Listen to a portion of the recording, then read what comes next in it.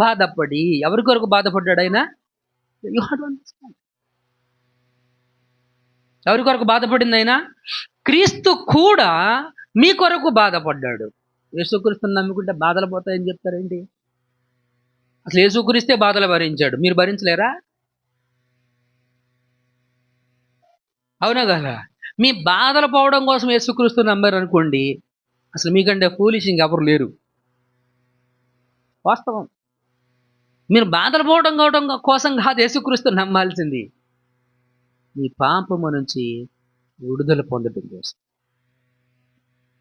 నీ పాపం నుంచి నిన్ను నువ్వు విడిపించుకోవడం కోసం. క్రీస్తు కూడా మీ కొరకు బాధపడి, మీరు తన అడుగుజాడల యందు నడుచుకున్నట్లు మీకు మాదిరి ఉంచిపోయిను.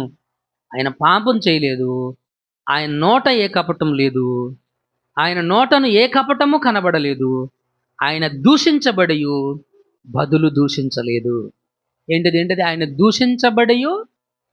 ఈరోజు మన క్రిస్టియన్స్ ఏం చేస్తున్నారు తెలుసా? నువ్వెవడవురా మా దేవుని గురించి మాట్లాడటానికి అని అంటున్నారు. మరి అదేమి క్రిస్టియానిటీయో అర్థం కాదు. విచిత్రమైనటువంటి విషయం. పాస్టర్లు అని చెప్పుకునేవాళ్ళు వాళ్ళ మత గ్రంథాల మీద వీళ్ళు దూషించడం, వాళ్ళు అన్నారని వీళ్ళు అనడం, అది క్రిస్టియానిటీ కాదు. అది క్రీస్తు నేర్పించలా. అది క్రీస్తు నేర్పించలా. యేసు క్రీస్తు ఉన్నప్పుడు కూడా చాలా మతాలు ఉన్నాయి. వాళ్ళు అన్నారని క్రీస్తు తిరిగి వాళ్ళని మాట ఆయన అన్నాడు, ఒక చెంప మీద కొడితే మరొక చెంప చూపించమన్నాడు. అది కదా క్రీస్తు నేర్పించిన పాఠం. కానీ ఈ రోజున కొంతమంది దుర్మార్గులు, అందుకే ప్రభు చెప్పుడు, అన్ని ఆత్మలను నమ్మక వీళ్ళేదో పెద్ద క్రిస్టియానిటీని ప్రొటెక్ట్ చేద్దామని, కాపాడదామని. నువ్వెవడోరా కాపాడటానికి? హూ ఈజ్ హి? యేసుక్రీస్తు ఏమి చెప్పాడో అది చెయ్యి, నీకు సరిపోతుంది. యేసుక్రీస్తు చెప్పంది నువ్వు చేయాల్సిన అవసరం ఏమీ లేదు. ఆయన దూషించబడ్డాడు, బదులు దూషించలేదు.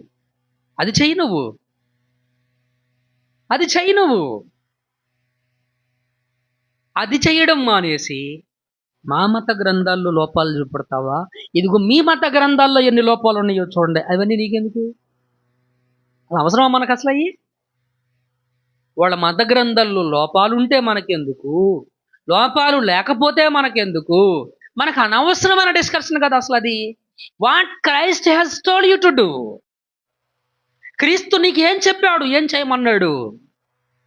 ఆయన